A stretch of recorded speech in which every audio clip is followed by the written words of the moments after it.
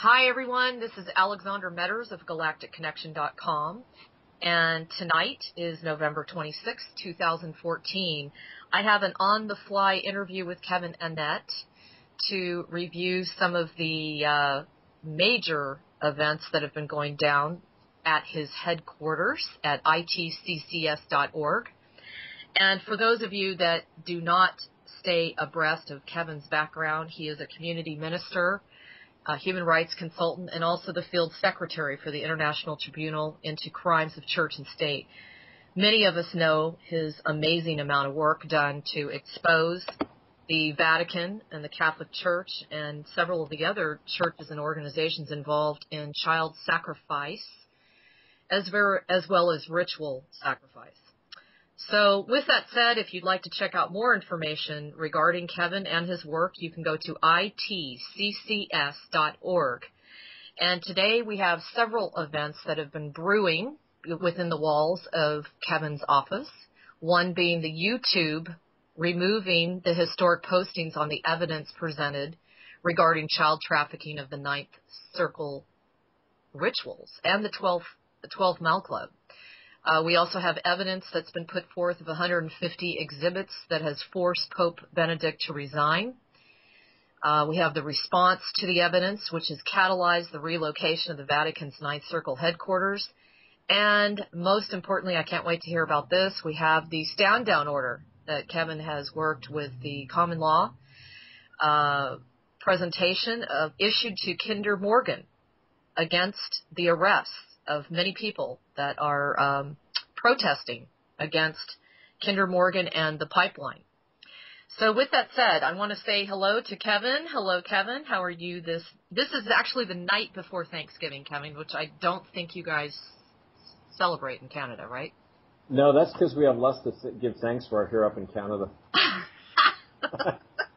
Well, I don't know about that. I am so impressed with the Canadians. I mean, we really need to follow suit with the amount of dedication that they're showing up there at Burnaby Mountain, and I can't wait to hear more about that. But can you give us an update on the removal of the postings from YouTube? Right. Well, this is at ITCCS.org, a story that broke. These things are, cumulative, Alexandra. Like one thing will lead to another.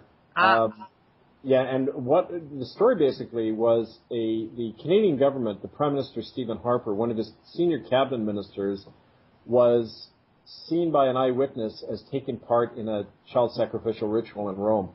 Last February 22nd, with a Quebec Archbishop, Gerald Lacroix, who was turned into a cardinal that same day at a ceremony of Pope Francis conducted. And it was an official Canadian government delegation. That same night, at midnight, this child was sacrificed only a block from the Jesuit headquarters in downtown Rome, probably half a mile from the Vatican. And it was, one of these Ninth Circle rituals. Our evidence of that, including a description from the person who was present and other sources, was put up, and within 24 hours, YouTube had taken it down. That had never happened before. YouTube claimed there was a defamation complaint. That had never occurred on any of our sites before. Even when we posted evidence of genocide in Canada and murders going on right there, that hadn't been taken down. But the mention of that Harper cabinet minister, Denis Labelle, and his ties with the Vatican and the Ninth Circle, that is, definitely caused a reaction, which I would say is an admission of guilt. Yeah, no kidding. Now, have they actually been able to get them to repost it, or is it still off of YouTube? Alfred Weber reposted it at his Exopolitics site, and okay. I can send you a link for that. But so it has been, and he said, as a matter of fact, it's been one of the most read postings at Exopolitics in a long time. Yeah, go ahead and send it over to me, and I'll put it up on Galactic Connection as well. Okay. So, wow, so you're really making some progress. Now, tell us a little bit about the 150 exhibits that were put forth that forced Pope Benedict to resign. Talk about major news. Right, well, this is, hasn't been released in complete form yet, and until recently. You can read it all at ITCCS.org. What it is, Alexandra, it's about nearly 4 hours of the videotape testimony of documents, eyewitness statements, and others that proved that genocide had occurred in Canada because of a deliberate plan by church and state, set up by the Jesuits, enabled by the Church and Crown of England, to basically exterminate over half the native population under the pretext of these religious schools. That's that verdict in that case came out during the same 2-week period that Joseph Ratzinger resigned as Pope Benedict. And we know there's a direct relation now, the two, because the Spanish government was on the verge of issuing an arrest warrant just before Benedict resigned. So, it all has an effect. There have, in fact, been 4 top officials, including the head of the Jesuits, who has stepped down after being named in indictments of our court. So, these things are definitely having an impact and are encouraging insiders to come forward now, at an increasing rate. God, that's fantastic. Now, what would you consider to be some of the most damning evidence, as far as bringing this resignation to the forefront? Well, there's 2 things that stand out. There's copies of letters that Joseph Ratzinger signed ordering bishops in America and Ireland and Canada to not only not tell the police when children are being raped, but specifically to actively protect child rapists, including apparently his own brother, who is a bishop of Munich. This was clear evidence. Other pieces of evidence had to do with the fact that in the Indian boarding school system in Canada, the massive death rates of over 50% had begun in the very first year of the operation of the schools. This shows clear intent to wipe out children. It wasn't the result of, bad conditions developing over time that were then fixed, which is the official line. These were killing centers from the very beginning, and these documents prove it. Wow. I mean, the pomposity just blows my mind. Yeah. It's unbelievable. And so now what about the relocation of the Vatican's Ninth Circle headquarters? That's really interesting. Talk about submission of guilt. Well, that was referring, I believe, to the situation in Vancouver. Right. Where there was a thing people have known about for many years called the Vancouver Club. And it's still in operation. It's kind of the elite businessmen's club in downtown Vancouver. There was a trial lawyer named Jack Cram who tried to bring a case against 3 Supreme Court judges who were all members of the club. And Jack Cram claimed he had photographic evidence of these judges with young boys. Jack Cram got arrested when he tried to introduce that court stuff in a Vancouver court in April 1994. They put him in a psych institute. They stole all the evidence out of his office. They disbarred him, and that was it. But over the years, other people came forward who had actually seen children brought into the Vancouver Club. We first began to highlight that publicly in 1998 at our first tribunal about residential schools. After that, apparently the activities of the child trafficking there moved out onto private yachts off the coast of Vancouver, and took the name, and this is from insiders and police and others, took the colloquial name the 12 Mile Club because that refers to the territorial limit around Canada. Basically, these yachts go outside the 12-mile limit. They're in international waters, and they dump the bodies there. They dump the bodies of the children who they rape and kill. And it's interesting because recent stories have come out in the Vancouver media about body parts floating up on Vancouver beaches, including small feet and tennis shoes, things like that, right? Dismembered corpses, in other words. Right. And so, this stuff is all surfacing, literally. And, of course, it's dismembered, which shows, well, of course, that could be a shark, but... No, not the way, I've read these stories, and they're cleanly cut. They weren't chewed apart by fish. Okay, so it shows ritualistic deaths. Right, just like in the mass grave of 800 children in Tuam, Ireland, at the Catholic Children's Home there, that came out recently. In the cistern, there were a lot of dismembered bones, according to police sources. And this is what you do. You ritually dismember the child, you consume their flesh and blood. That's a standard kind of satanic operation. Now, Kevin, tell me, when they're consuming flesh, is this the muscles, the organs? What exactly are they doing? Well, according to people like Toos Nienhuis, who as a child her father, as kind of a loyalty test, you have to bring your own child into this ritual and rape them yourself. Oh my God. And then you pass, and then the child is used. By that time, the child is, multiple personality. They're completely messed up. And, they go through years of therapy in order to even recover any of these memories. But Toast remembers under hypnosis and in her description of seeing these things happen, they eat the whole child, basically. Often these are young children. They're expected to eat the whole. Now, obviously not the bones and everything, but it's all part of the ritual. And the test, if people can't participate, they're usually killed on the spot, according to Toast. Wow. I'm like speechless. Well, tell me a little bit, has there been any update on the tomb situation as far as the investigation goes there? Well, like they did in Canada and other countries, the perpetrators get together and they do their own investigation of themselves. They say there's going to be, Catholic Church said, we're going to look into our records and see what we find. We're going to have a memorial to the children. They don't talk about prosecution. They don't talk about surrendering those responsible, of course. There is a group that in Galway, in the West Country there, where Tuam is located. I'm in touch with some people there who want to convene a common court. Unfortunately, they're kind of waiting for me to show up to get it going, which is not good. Yeah. Why they can't do it themselves, I'm not sure. But there is that initial trepidation people have about confronting the state and the Catholic Church, especially in a country like Ireland. But no, we have hopes that there will be a big light shone on that, and other people like these police members there who gave us that information about the dismembered bones. We know more people will come forward once we start doing work there more.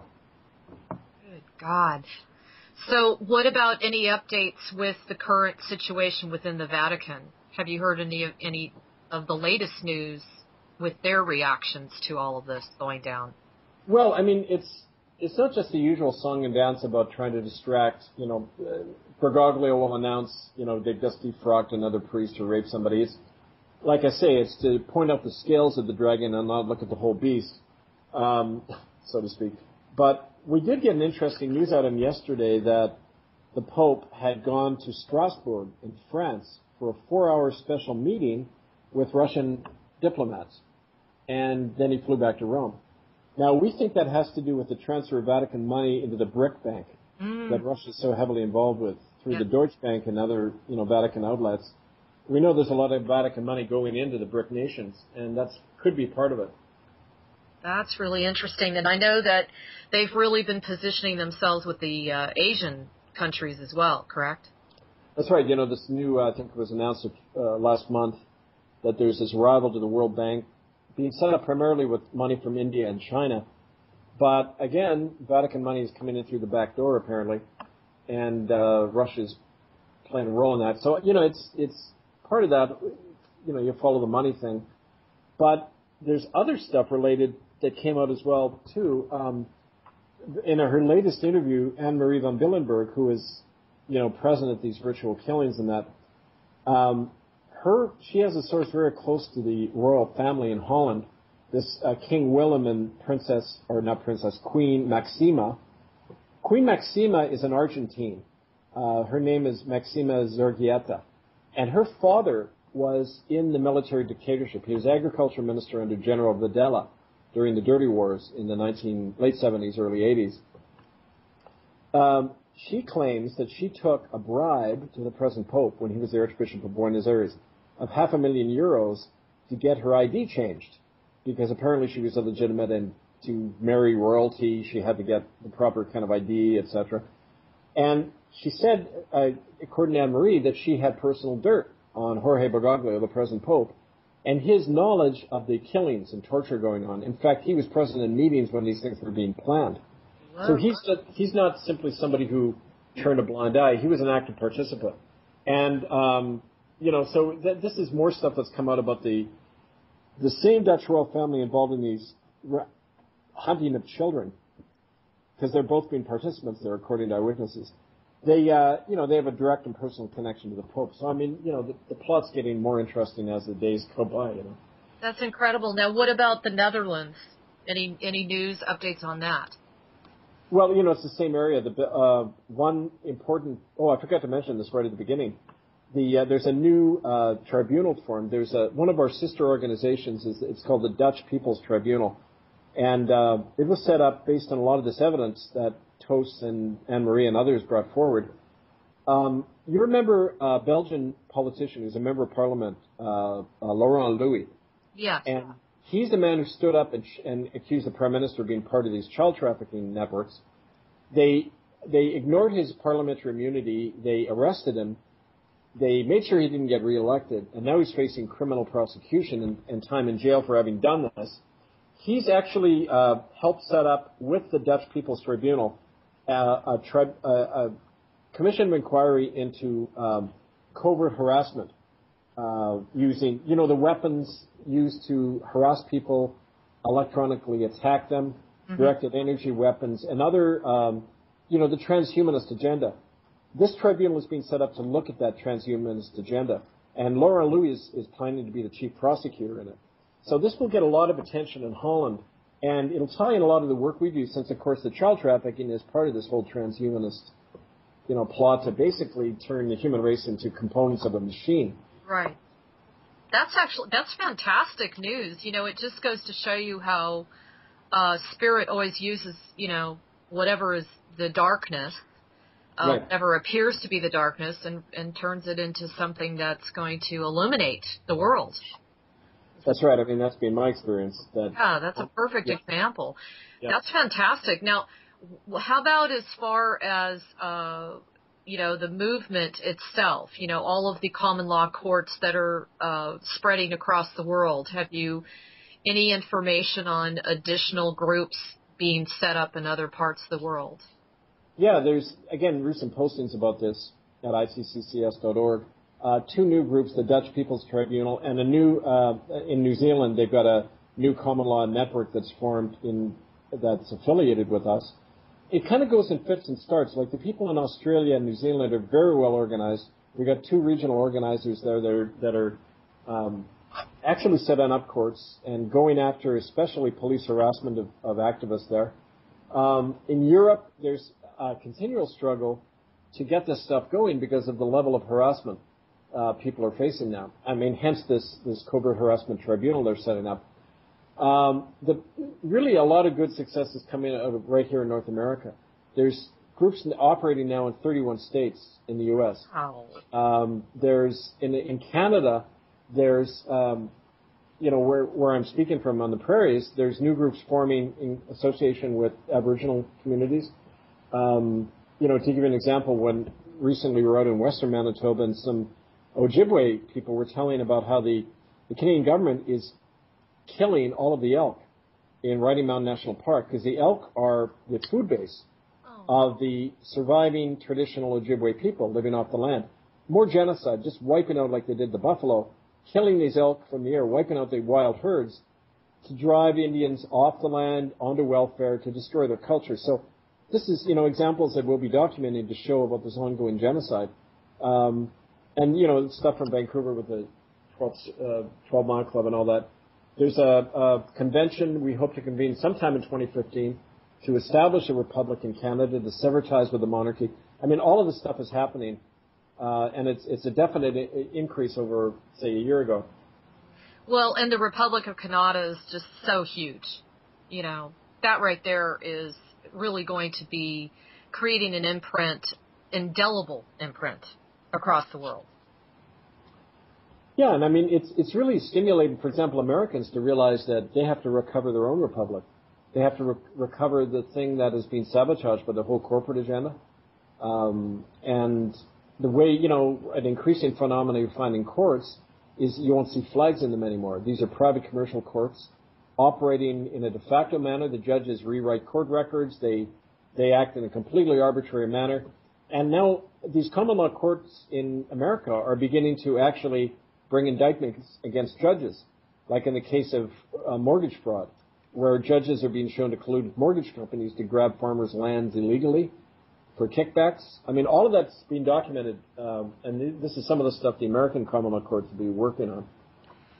I want to also add from an etheric standpoint, I I think you're aware, I just returned back from 60 days in South Africa, and I did a tremendous amount of spiritual mission work and ceremonial work, and worked heavily with the galactic realm as well. And I can tell everybody beyond a shadow of a doubt that we must, especially those that are the light workers and the guardians listening to this right now as we speak, we must change our way of thinking, because it's game over. If we make a decision and we focus it with very dedicated intention, it's going to happen. It's going to manifest. And I just want everyone to know that these things are already starting to unfold. I mean, look at all the work that Kevin has done, and it's finally starting to really take off. You know, you're starting to see them scramble and, you know, move. I mean, just the fact, Kevin, that they are moving the location of their headquarters, that to me is just huge. And the fact that this network is continuing to be to grow and build and go across the United States. So I would highly recommend that you don't necessarily, if you can't get out and you don't feel comfortable getting involved in a group locally, you can etherically intend and focus and command that this be brought to an end, this diabolical faction that runs this world. So I just wanted to add that, because the cosmic energies are so much supporting us at this point. And, you know, one of the things that you just released as of today was the stand-down order that is going to be, that you have issued to Kinder Morgan. And I felt really excited about this piece of news myself.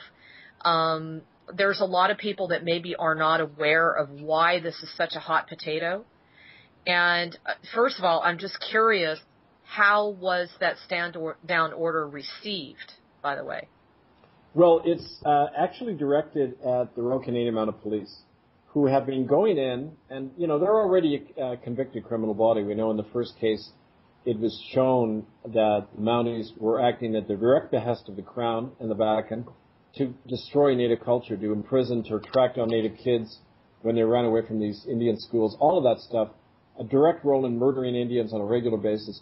So they're already a convicted criminal body. But right now, they're showing up at this peaceful protest on Burnaby Mountain and arresting people en masse for no reason, obviously at the behest of Kinder Morgan, you know, the pipeline company.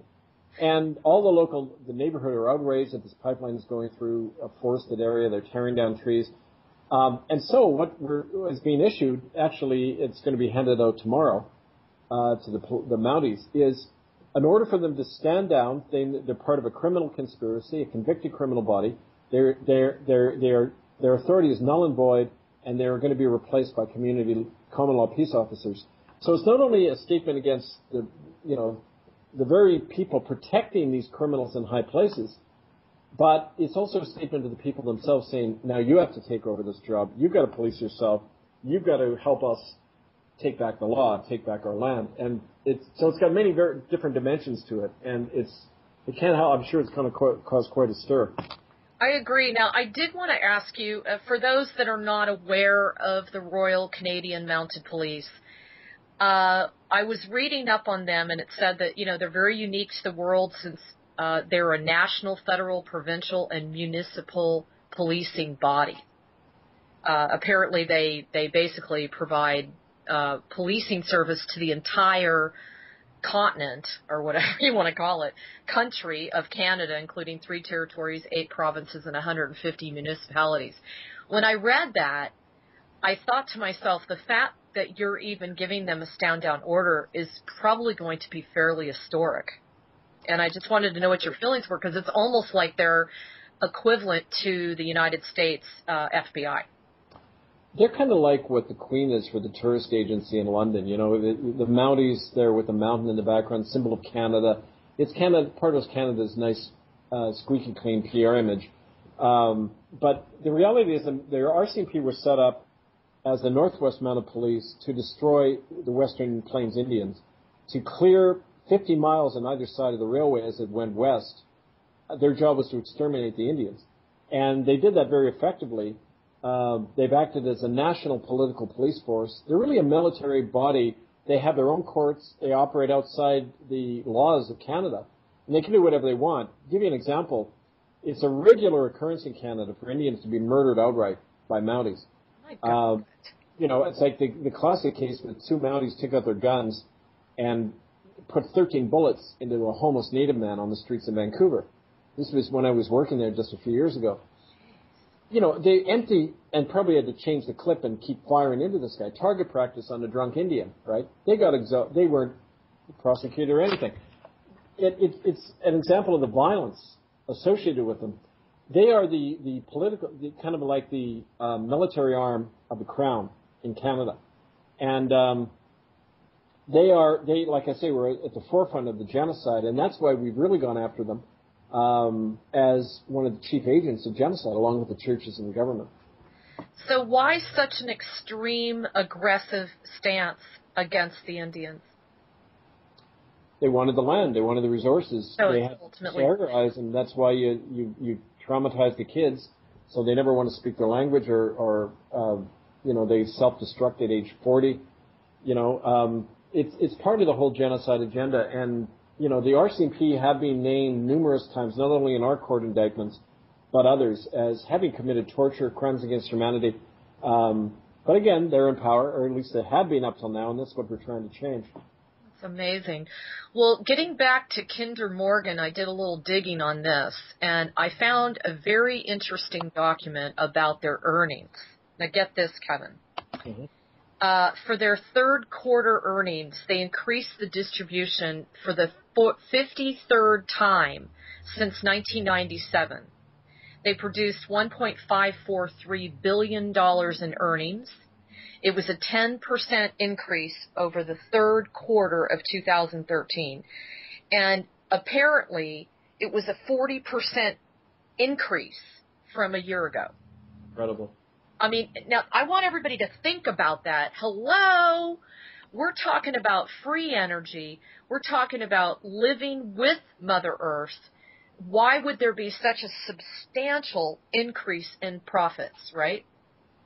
And what I also found was that in the last year, they acquired Copano. I don't know if you've heard about them. No. They're a large...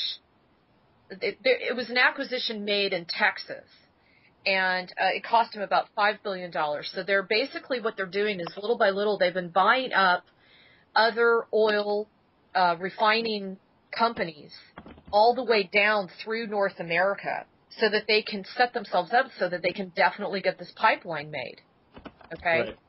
And one of the things I thought was interesting, too, is they talked about Sac Rock, which is another facility in Texas.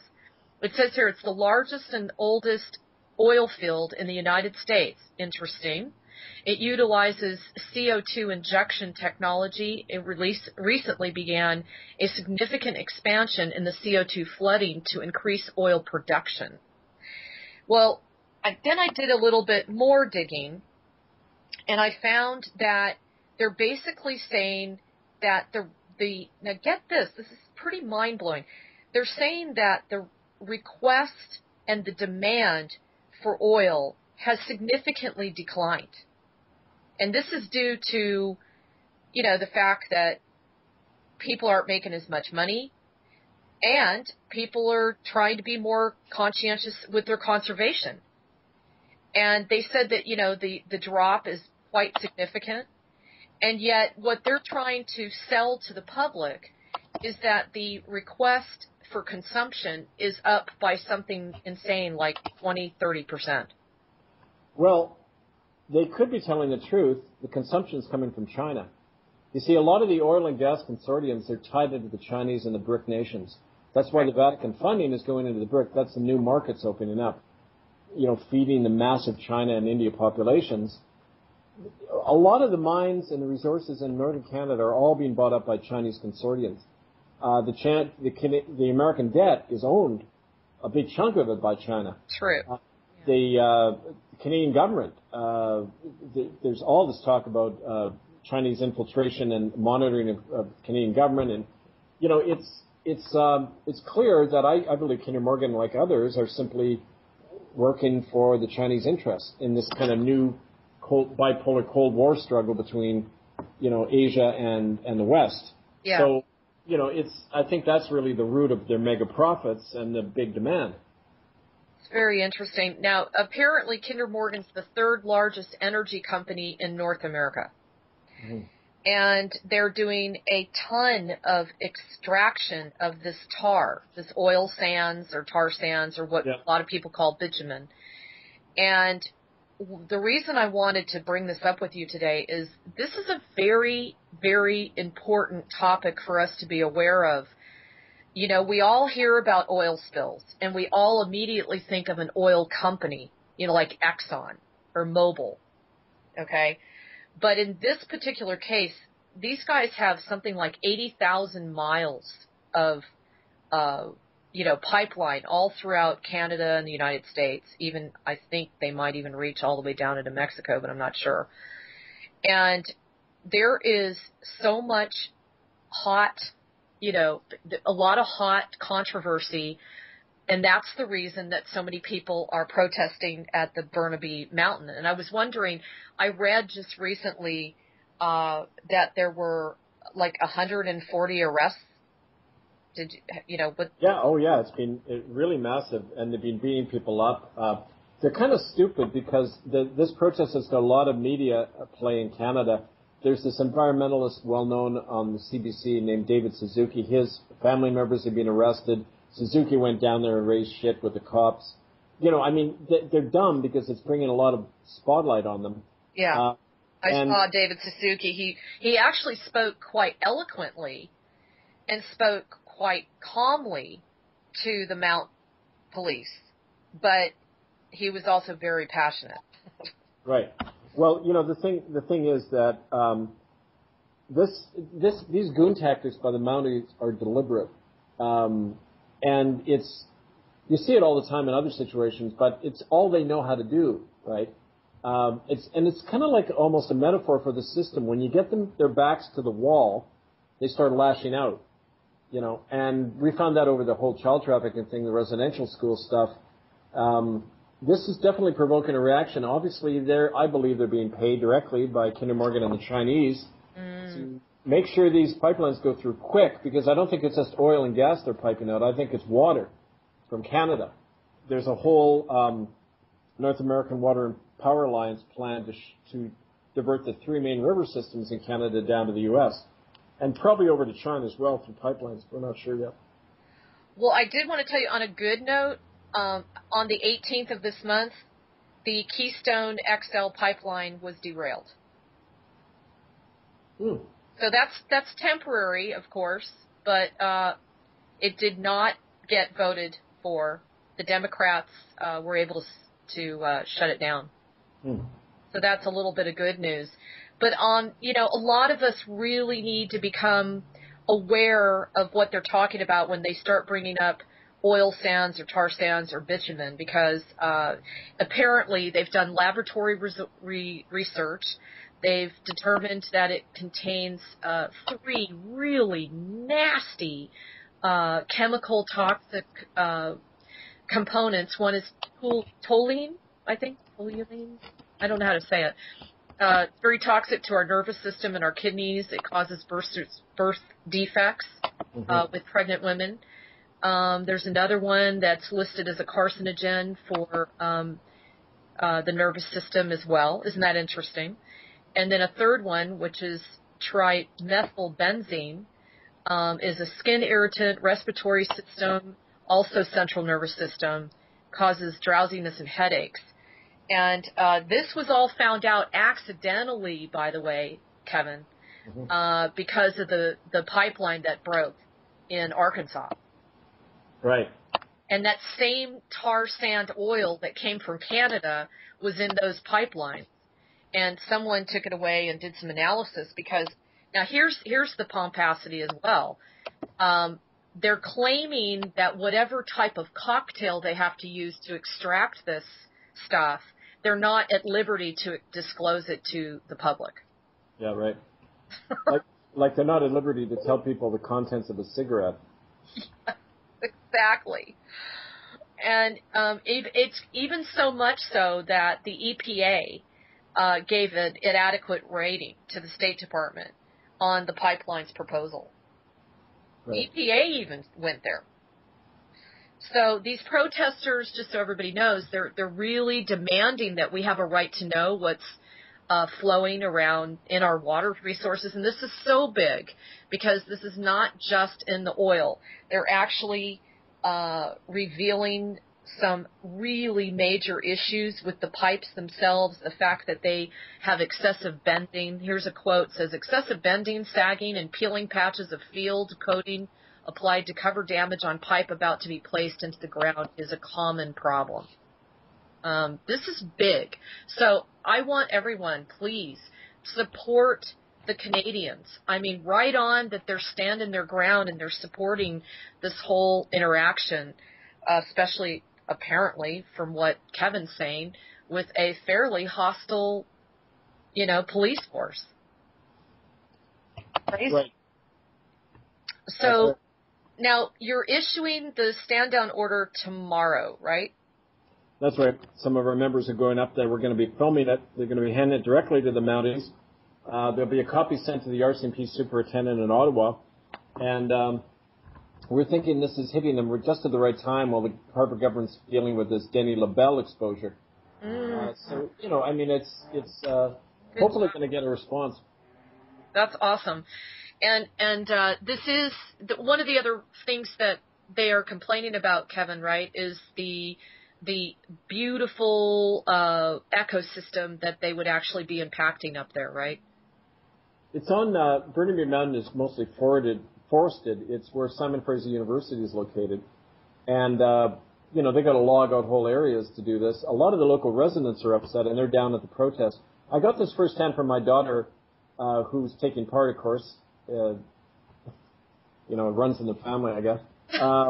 But imagine that. Imagine her protesting. Look at that.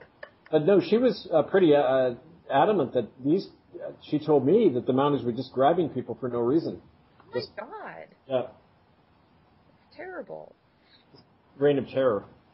Well, I think it's necessary to bring more exposure to how much this is a death ticket for humanity. Because this is affecting millions of people. I just want everyone to understand that, yes, this is up in Alberta, Canada, maybe up in that area. It's basically in the upper northwest corner, correct, of Canada. Which, you mean the protest? No. The actual Keystone pipeline, I thought, the big debacle, that was up there. And I know that most people are saying, oh, that's just up in Canada. That's not my back door. But the thing is they're all connected. All of the pipelines are connected, and they move from Canada throughout the United States. So, people need to be aware of this. And then, we're not even talking about the cost of all the oil spills that have been going down.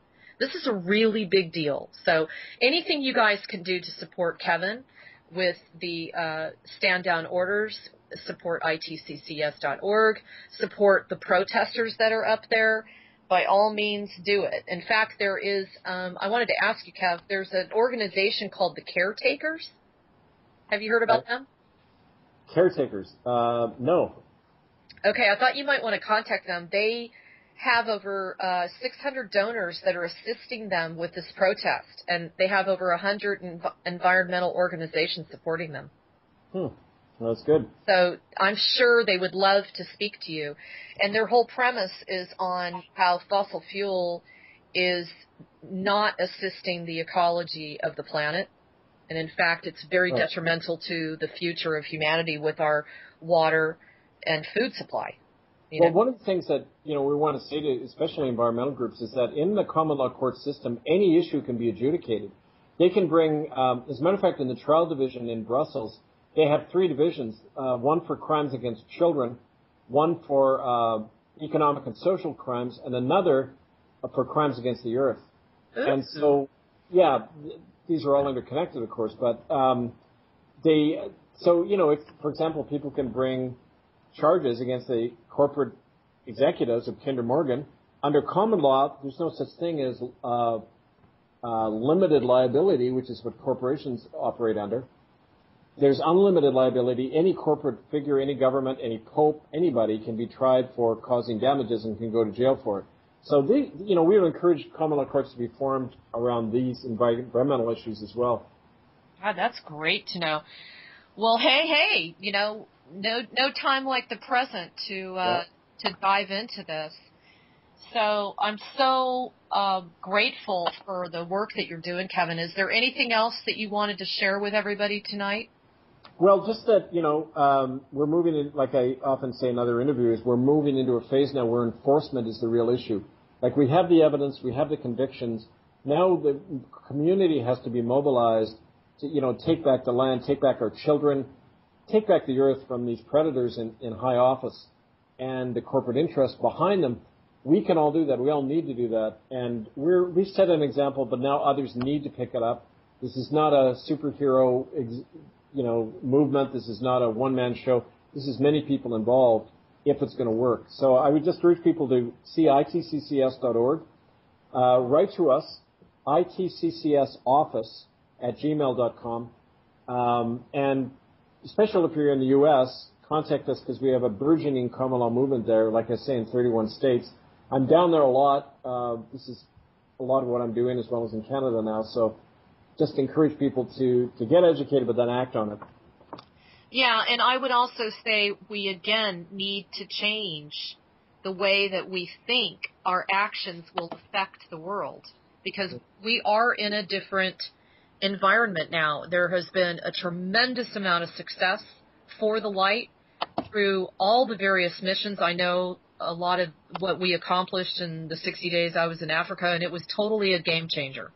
So we are really being supported tremendously now by the light, meaning not that they've never supported us before, but now they can actually access us. And the numbers have substantially declined as far as their minions versus ours.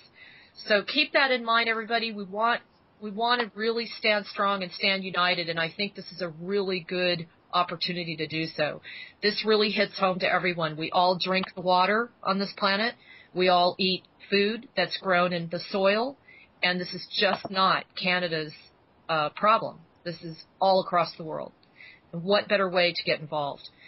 So, Kevin, I'm looking forward to the next bits of updates, and I'm sure that we'll have another updated interview shortly. Kevin's been very busy.